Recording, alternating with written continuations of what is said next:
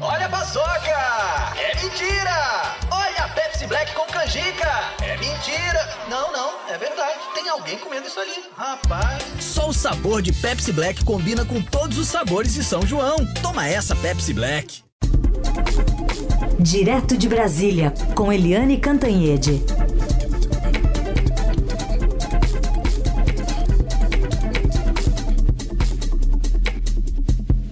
Tudo bem, Eliane? Bom dia. Vamos restabelecer o contato aqui com a Eliane Cantanhede para falar sobre essa possibilidade de que sejam proibidas delações premiadas, as colaborações premiadas, feitas por pessoas presas, né? Que foi ressuscitada lá na Câmara. É um pedido de tramitação de urgência por um projeto sobre o assunto que chegou a ser pautado na sessão do plenário da Casa nos últimos dias e há uma expectativa de que o caso volte à tona. E aí há uma reflexão, né? A gente falou mais cedo aqui sobre os danos que a supressão de um instrumento essencial para combater organizações criminosas de todo tipo geraria. Tem uma visão que entende que há prisões em excesso justamente para se permitir que essas pessoas se sintam mais impelidas a aceitar, né, colaborações premiadas. Então, é uma discussão jurídica, mas também tem esse viés político também que a gente está de olho a partir das mudanças de negociações ali. E lembrando, né, no escopo ali do negócio, tem a possibilidade, né, uma tentativa de se associar uma anulação de delações premiadas já validadas. Então, tem ali a do ex-ajudante de ordens de Jair Bolsonaro, Mauro Cid, né, atingindo, portanto, o ex-presidente, e ainda a de Rony Lessa, né, acusado de matar Marielle Franco e Anderson Gomes, delator dos irmãos Brazão. Então, tem muito caldo político para a gente analisar aqui com a Eliane Cantanhede sobre esse assunto. Que já está conosco, Eliane? Bom dia. Oi, bom dia. Eu já estava, você não me ouvia. Então foi um problema de comunicação aqui nosso. Vamos lá, queria que você falasse então pra gente um pouco sobre o que vem por aí.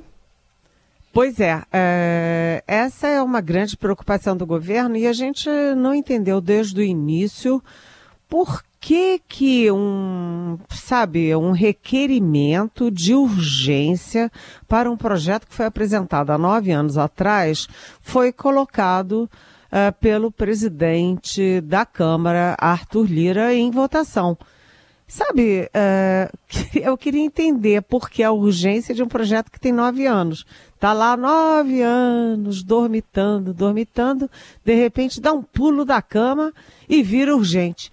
Ninguém entendeu, né? E o que o Arthur Lira diz é que foi discutido no Colégio de Líderes, onde os líderes do governo estavam, inclusive o líder do PT, e nenhum deles questionou a entrada na pauta desse requerimento de urgência. Mas o fato é que, depois da repercussão, a enorme repercussão que esse projeto teve, o governo acordou também, né? Agora quem deu o pulo da cama foi o governo Lula e seus líderes no Congresso que agiram e estão agindo para tentar reverter esse pedido de urgência. Na semana passada já não foi votado e nessa semana, na reunião de líderes, os governistas vão se unir para tentar derrubar isso. E por quê? É uma situação muito curiosa, porque esse projeto é o projeto de um ex-deputado do PT.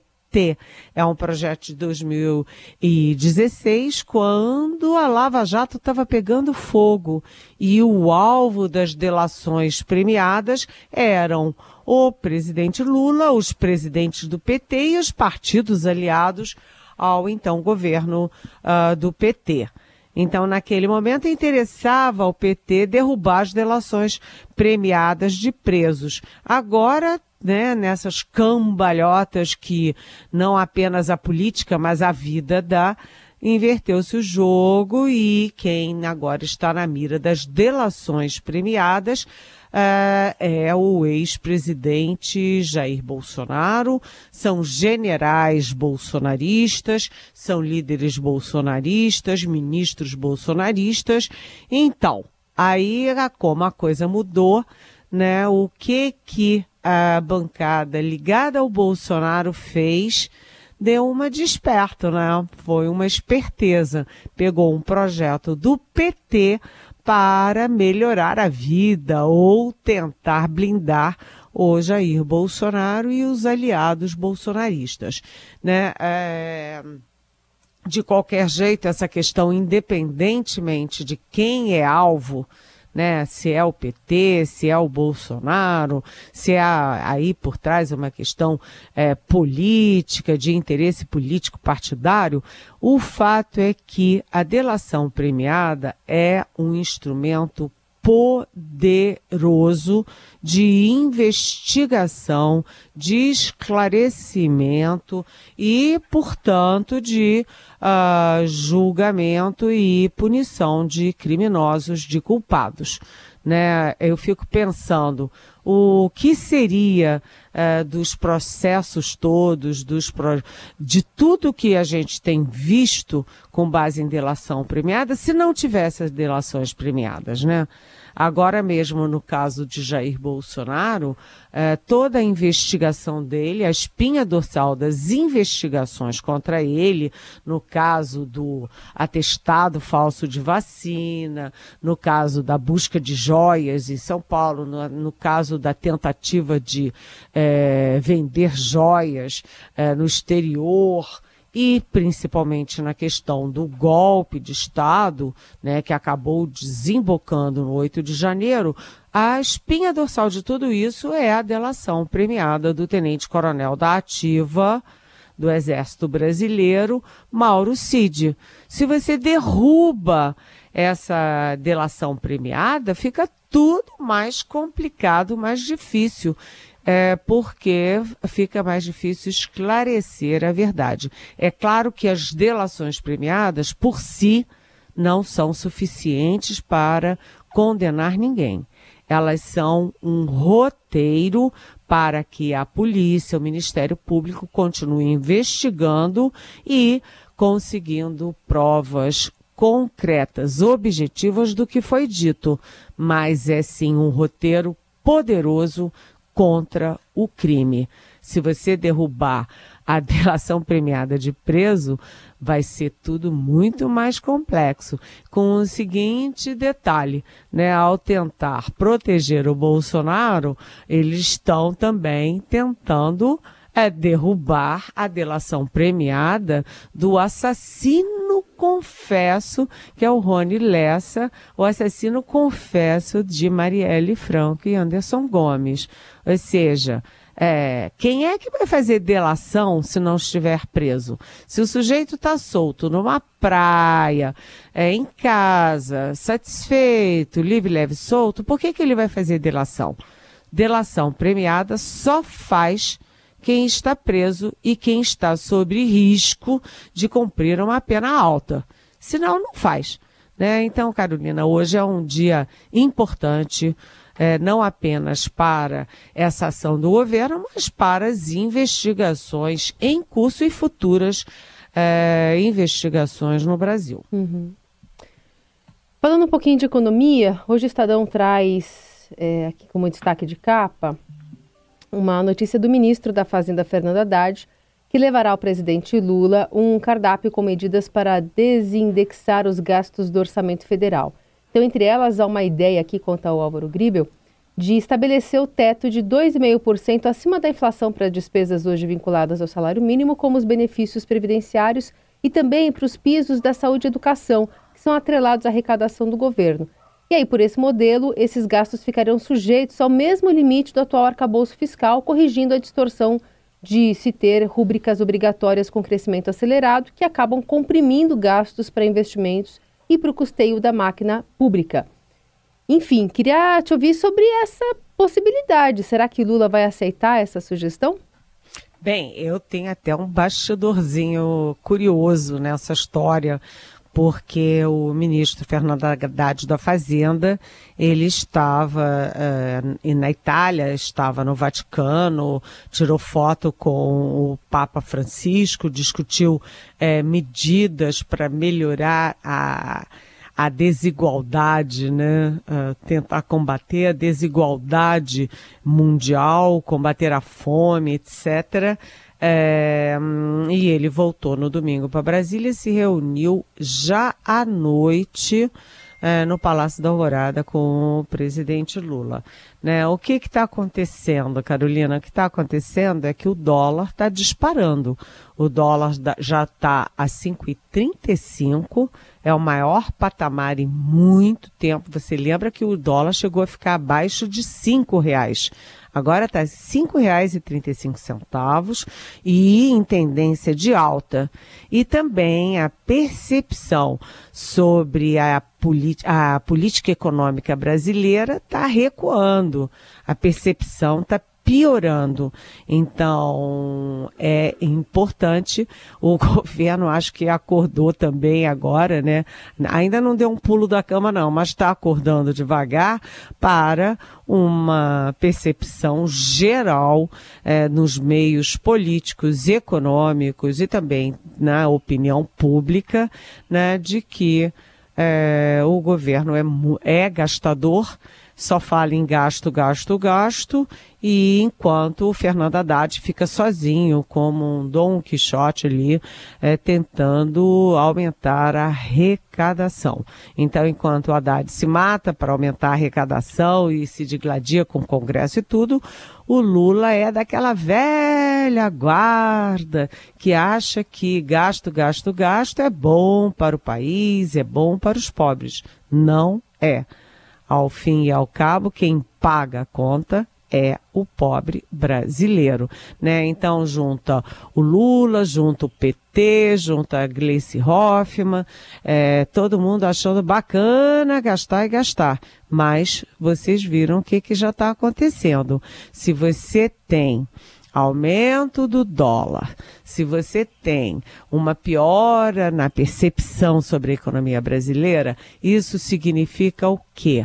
Significa que vai aumentar a inflação. Aumentando a inflação, aumenta juros, não é? E que os investidores brasileiros no Brasil, os investidores estrangeiros no Brasil ficam com uma pulga atrás da orelha e olha, ninguém gosta de coceira na nuca, né? Vai todo mundo embora. Então, o Haddad, mais uma vez, tentando corrigir erros do governo, mas de qualquer jeito, né, como a popularidade do Lula não está lá, essas coisas, estagnou ali num limite perigoso, né? É difícil ver como que o Lula vai apoiar medidas que estabelecem, por exemplo, o mesmo teto de aumento real de 2,5% para gastos com benefícios previdenciários, saúde, educação, etc. São medidas impopulares. O Lula está disposto a tomar medidas impopulares que, na verdade, são importantes e necessárias? Bem, a ver. Você me deu uma deixa ótima para falar sobre a inflação que acaba de sair o PCA, que é considerada a inflação oficial do país, mostra que os preços subiram 0,48% em maio, segundo os dados do IBGE. A alta nos preços foi puxada, sobretudo, por um avanço no grupo de alimentação e bebidas, que subiu 0,62% na comparação com abril. Dentro do grupo, destaque para os tubérculos, raízes e legumes, principalmente a batata, que disparou 20% em um mês. As maiores cheias da história, que foram registradas no Rio Grande do Sul no mês passado, já começam a mostrar os seus impactos na economia brasileira, contribuindo para esse avanço da inflação. No mês anterior, em abril, os preços haviam subido 0,38%, que mostra uma continuidade da aceleração da inflação brasileira. No ano, a inflação já acumula alta de 2,27%, enquanto em 12 meses o indicador acumula avanço de 3,93%. Para puxar essa conversa sobre articulação política e esse gabinete da ousadia que está a todo vapor, a gente puxa aqui, Eliane, uma fala de ontem do presidente do Supremo Tribunal Federal, o ministro Luiz Roberto Barroso, dizendo no Roda Viva que pretende pautar daqui a pouco 2 ações que tratam sobre regras do Marco Civil da Internet. Ele declarou que preferia que o Congresso tratasse sobre o tema, mas que o STF vai julgar a questão caso isso ocorra.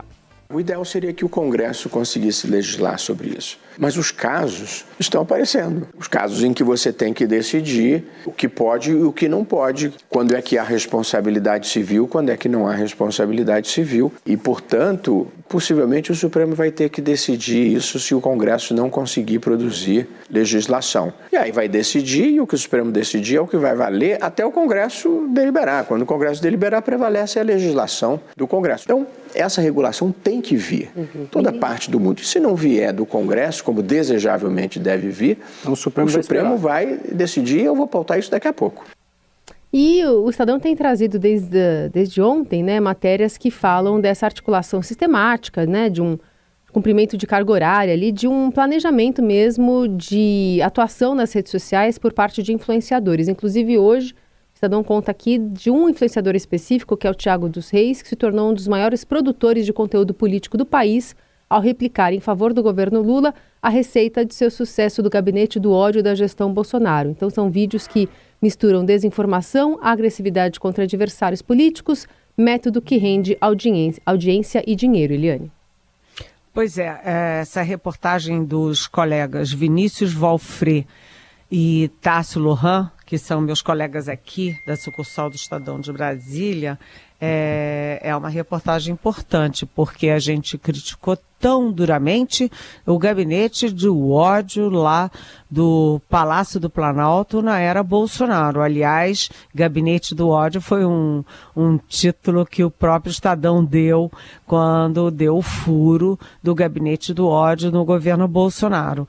E a história se repete agora do outro lado, porque os nossos colegas estão investigando, estão apurando, são bons repórteres e tem lá, né, um gabinete do ódio do governo Lula que se reúne diariamente para discutir as notícias que são a favor do governo, as notícias que são contra e como bater bumbo para as que são favoráveis e para atacar, desmentir, desqualificar as que são desfavoráveis. Então, hoje, os nossos colegas descobriram que um dos principais membros dessa, vamos dizer assim, desse gabinete do ódio, o novo gabinete do ódio, é um cidadão chamado Thiago dos Reis, é um que se apresenta como influenciador, né? Ele tem 36 anos de idade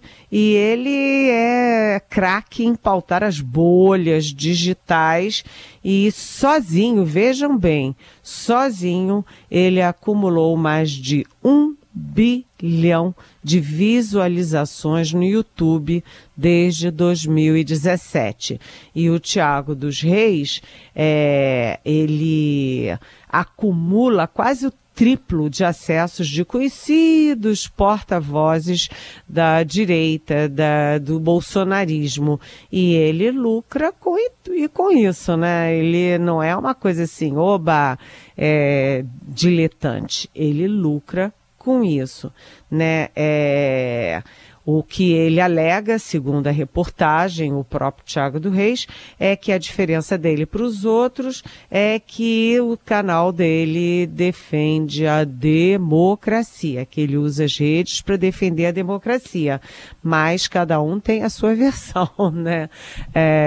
Atacar os adversários com fake news ou com conteúdo descontextualizado, ou seja, com meias verdades, não é legítimo e não é democrático.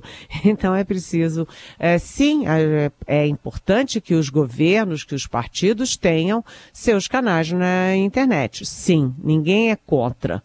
É preciso que os governos, os parlamentares, os partidos, o Congresso, as instituições como um todo tenham atuação nas redes sociais, que hoje são, enfim, fundamentais, mas não para fake news, não para agressões, não para ataques, inclusive ou principalmente ataques pessoais.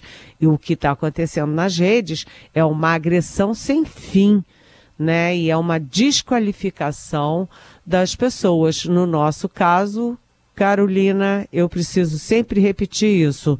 Dos 10 jornalistas mais atacados do Brasil, 7 ou 8, dependendo da época, são mulheres.